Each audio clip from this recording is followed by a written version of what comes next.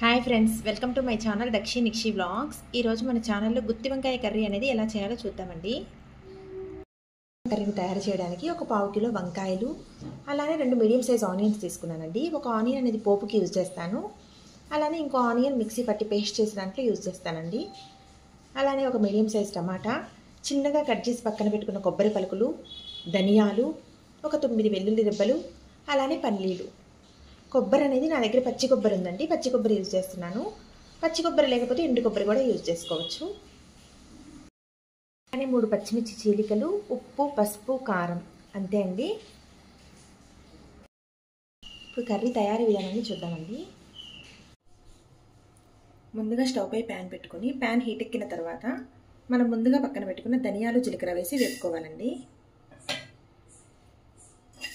ఇలా వేపుకునేటప్పుడు ఆయిల్ వేయాల్సిన అవసరం లేదు.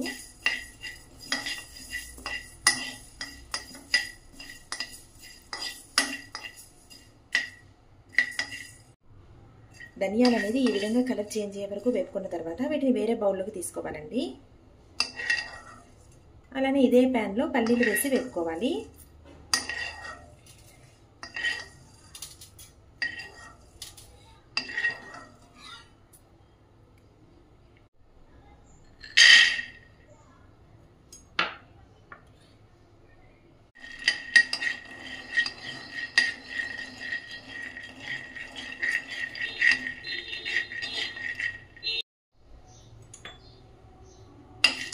పల్లీలు కూడా ఈ విధంగా వేగిపోయిన తర్వాత వీటిని కూడా వేరే బౌల్లోకి షిఫ్ట్ చేసుకొని స్టవ్ ఆఫ్ చేసుకోవాలండి.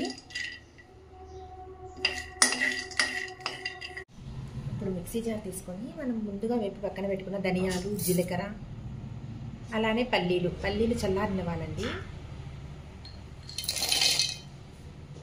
వీటన్నింటినీ ఇప్పుడు మిక్సీ పట్టుకోవాలి. వీటితో పాటు కొబ్బరి కూడా వేసి ఒకేసారి మిక్సీ పట్టేయాలండి. ధనియాలు, జీలకర్ర, పల్లీలు, కొబ్బరి వీటన్నిటిని కలిపి ఇప్పుడు మిక్సీ పట్టుకుంటున్నానండి.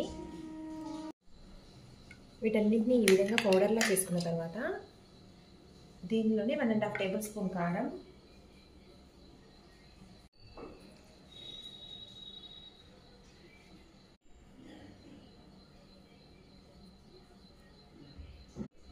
అలానే 1 టేబుల్ స్పూన్ ఉప్పు,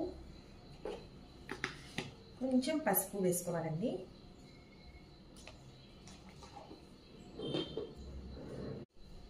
టమాటా, ఆనియన్, వెల్లుల్లి రెబ్బలు వేసుకొని వీటన్నింటినీ కచ్చాపచ్చగా మిక్సీ పట్టుకోవాలి.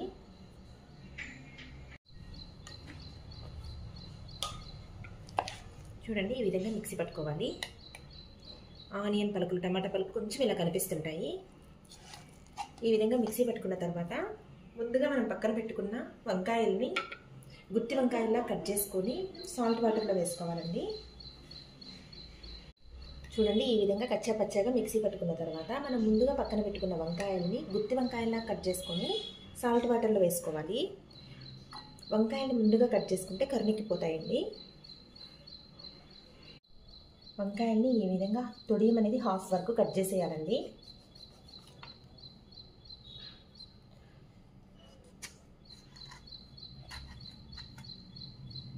అలానే లోపల పుచ్చులు కూడా ఉంటాయి. ఈ విధంగా చెక్ చేసుకొని సాల్ట్ వాటర్లో వేసుకోవాలి.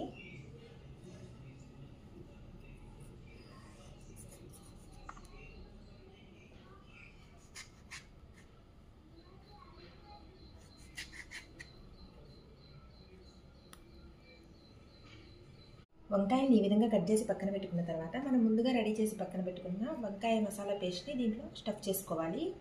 అలానే ఈ పేస్ట్లో ఉప్పు, కారం అనేది కరెక్ట్గా ఉందో లేదో చెక్ చేసుకోవాలండి. నాకు కారం అయితే కరెక్ట్గా సరిపోయింది. సాల్ట్ అనేది ఇంకో హాఫ్ స్పూన్ వరకు కలుపుకుంటున్నాను.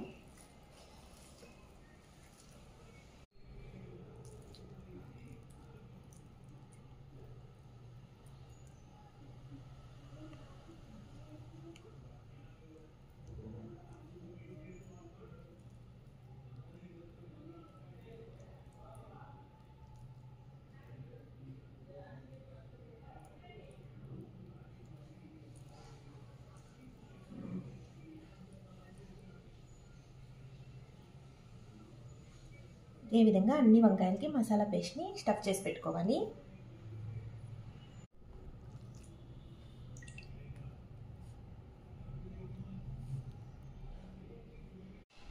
నేనైతే ఈ కర్రీ కోసం తెల్ల వంకాయలు యూజ్ చేస్తున్నానండి. ఇదే ప్రాసెస్లో నల్ల వంకాయలు యూజ్ చేసి కూడా చేసుకోవచ్చు.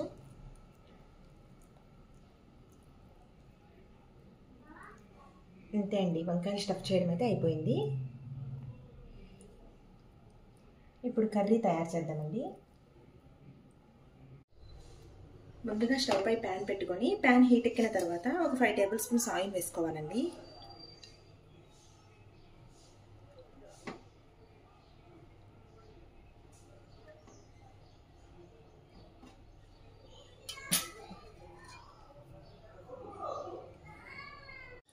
ఆయిల్ హీట్ ఎక్కిన తర్వాత కొంచెం జీలకర్ర, అలానే మనం ముందుగా కట్ చేసి పక్కన పెట్టుకున్న ఆనియన్, పచ్చిమిర్చి వేసుకోవాలి.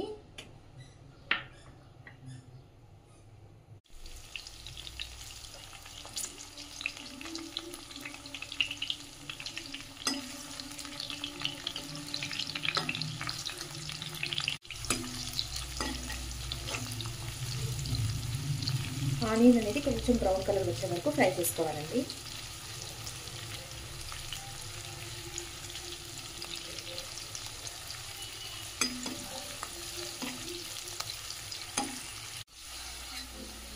ఆనియన్ అనేది ఈ విధంగా ఫ్రై అయిపోయిన తర్వాత మనం ముందుగా స్టఫ్ చేసి పక్కన పెట్టుకున్న మసాలా వంకాయ వేసుకోవాలండి.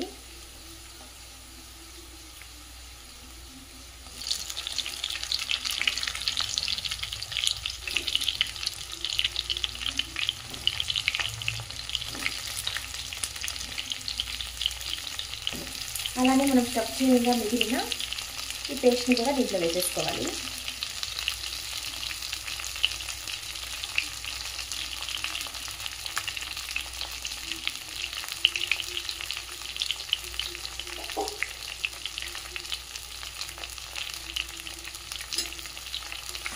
వేసుకున్న తర్వాత వీటిని ఒక 2 నిమిషాల పాటు ఇలా ఫ్రై చేసుకోవాలండి.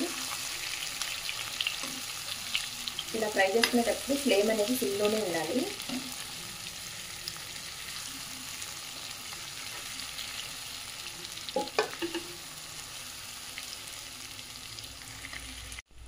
ఇలా ఒక 2 నిమిషాలు ఫ్రై చేసుకున్న తర్వాత కొంచెం వాటర్ వేసుకోవాలండి.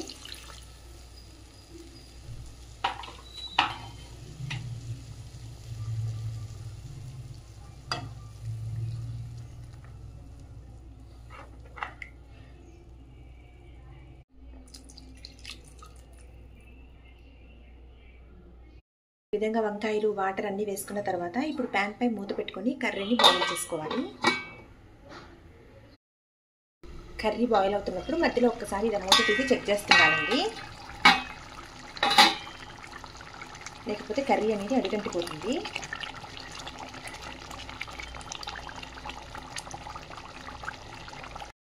ఒక్కసారి కర్రీపై మూత తీసి చెక్ చేసుకున్నామండి. చూడండి, కర్రీ అనేది ఈ విధంగా రెడీ అయిపోయింది. ఇప్పుడు మనం స్టవ్ ఆఫ్ చేసుకుందాం. వంకాయ కూడా సాఫ్ట్గా బాయిల్ అయిపోయిందండి. చూడండి, కర్రీ అనేది ఈ విధంగా రెడీ అయిపోయింది. ఇప్పుడు మనం స్టవ్ ఆఫ్ చేసుకుందాం. వంకాయ కూడా సాఫ్ట్గా బాయిల్ అయిపోయిందండి.